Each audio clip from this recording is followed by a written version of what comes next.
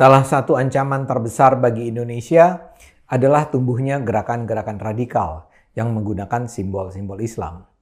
Dengan memanipulasi agama, mereka menghancurkan kelompok masyarakat yang berseberangan dengan keyakinan mereka. Yang jadi korban sasaran kebiadaban bukan saja kaum non-muslim, tapi juga sesama muslim sendiri. Ini yang baru saja terjadi beberapa hari yang lalu di Kabupaten Sintang, Kalimantan Barat. Sebuah masjid yang dibangun kaum muslim di daerah itu dihancurkan. Pelakunya adalah 200-an anggota gerakan radikal yang mengatasnamakan Aliansi Umat Islam Sintang. Masjid yang dihancurkan adalah Masjid Kaum Muslim Ahmadiyah. Dengan bengis, gerombolan radikal itu menyerbu dan menghancurkan Masjid Miftahul Huda dan rumah-rumah jemaah Ahmadiyah. Menurut kaum radikal ini, mereka sudah sejak sebulan yang lalu menuntut pemerintah Kabupaten Sintang merobohkan Masjid Ahmadiyah.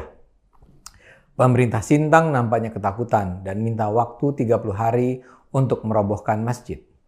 Pada 27 Agustus, Bupati dan Wakil Bupati Sintang mengeluarkan SK penghentian aktivitas kegiatan Ahmadiyah di Sintang.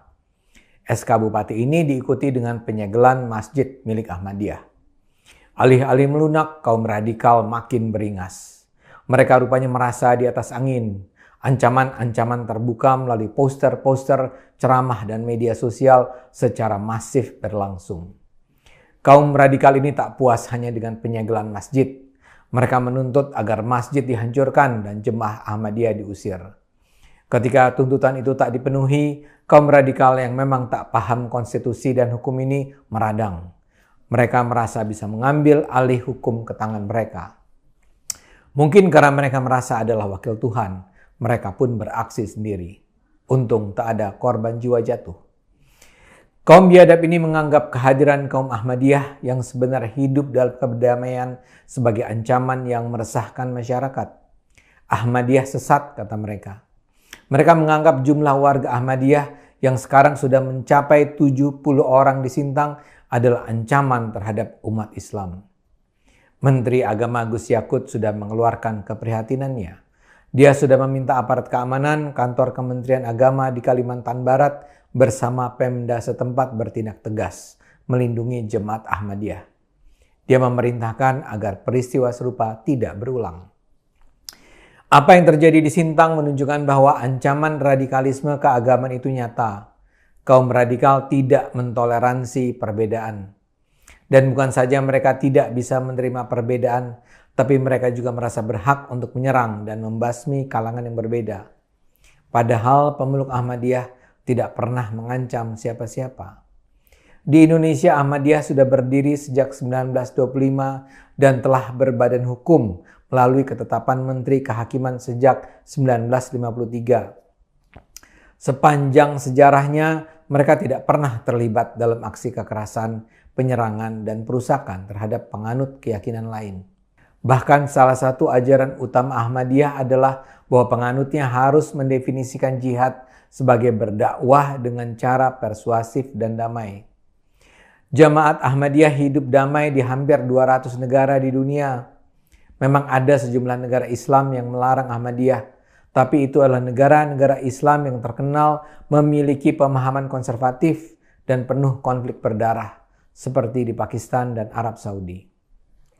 Sedangkan di negara-negara lain, organisasi ini tumbuh pesat dengan jumlah keanggotaan diperkirakan mencapai lebih dari 150 juta orang.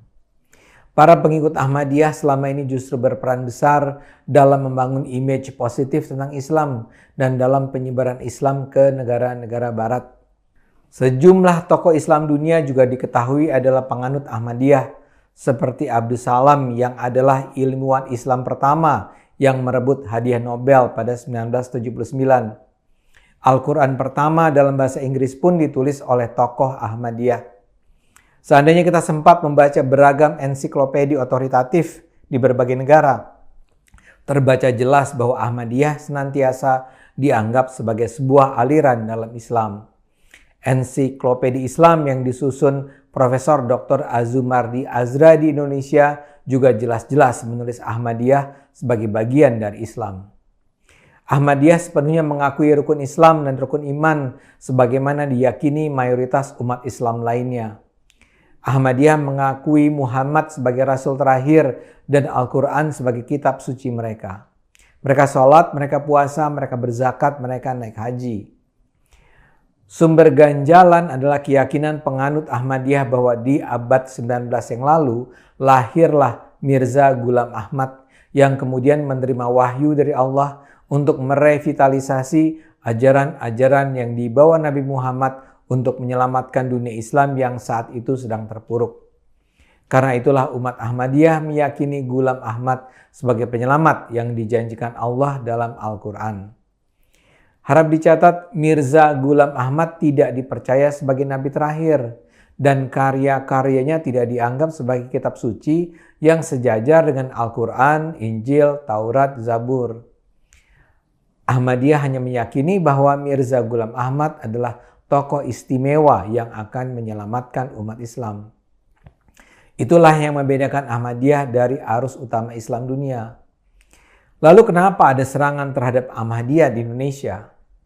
Pangkal masalah ada di Majelis Ulama Indonesia yang di masa lalu memang diisi banyak tokoh anti toleransi. Pada 2005 MUI mengeluarkan fatwa yang meminta pemerintah untuk membekukan Ahmadiyah dan menutup semua kegiatannya. 2 tahun kemudian, MUI kembali mengeluarkan fatwa yang lagi-lagi menyebut Ahmadiyah sebagai aliran sesat bersama sejumlah kelompok lainnya. Tapi harus dicatat, ini hanyalah sebuah pernyataan MUI, bukan pemerintah. Dengan kata lain, fatwa MUI itu boleh didengar, boleh tidak memiliki kekuatan hukum yang mengikat. Namun fatwa MUI itu ternyata berdampak serius. Dalam beberapa tahun sesudah fatwa itu dikeluarkan, para penganut Ahmadiyah di Indonesia menjadi sasaran kekerasan di mana-mana. Masjid mereka dibakar, dihancurkan, jiwa mereka diancam, pemukiman mereka diserang, diobrak-abrik, mereka dilarang melaksanakan sholat Idul Adha, mereka diusir dari kediaman mereka. Setelah fatwa MUI bermasalah itu muncul pula surat keputusan bersama SKB Menteri Agama, Menteri Dalam Negeri, dan Jaksa Agung tentang Ahmadiyah tahun 2008 yang selalu dijadikan rujukan kaum radikal. Hanya saja sebenarnya tak ada satupun bagian dari SKB tersebut yang dapat memberi justifikasi bagi penyerangan atas Ahmadiyah. SKB itu hanya memberitakan agar seluruh penganut pengurus Jemaat Ahmadiyah Indonesia agar menghentikan semua kegiatan yang tidak sesuai dengan penafsiran agama Islam pada umumnya, seperti pengakuan adanya Nabi setelah Nabi Muhammad. Tak ada satupun pasal dalam SKB itu yang menyatakan bahwa pemerintah daerah manapun di Indonesia berhak untuk melarang aktivitas Ahmadiyah dan memerintahkan jemaat aliran tersebut untuk menghilangkan segala bentuk atribut keahmadiyahannya. Yang ada dalam SKB justru peringatan dan perintah agar semua warga negara menjaga dan memelihara kehidupan umat beragama dan tidak melakukan tindakan yang melanggar hukum terhadap penganut Ahmadiyah. Pimpinan Jemaat Ahmadiyah JAI sendiri kemudian mengeluarkan 12 butir penjelasan tentang sikap Ahmadiyah yang antara lain adalah penegasan bahwa bagi mereka Nabi Muhammad adalah rasul dan nabi penutup, sementara Ghulam Ahmad adalah guru, mursyid, pendiri, dan pemimpin Ahmadiyah. Dengan penjelasan itu sangat jelas bahwa Ahmadiyah di Indonesia tidak layak disebut sebagai ajaran sesat.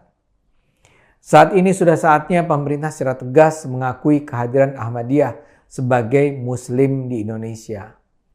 Terlalu banyak korban sudah jatuh. Mari gunakan akal sehat, karena kalau kita gunakan akal sehat, rakyat akan selamat.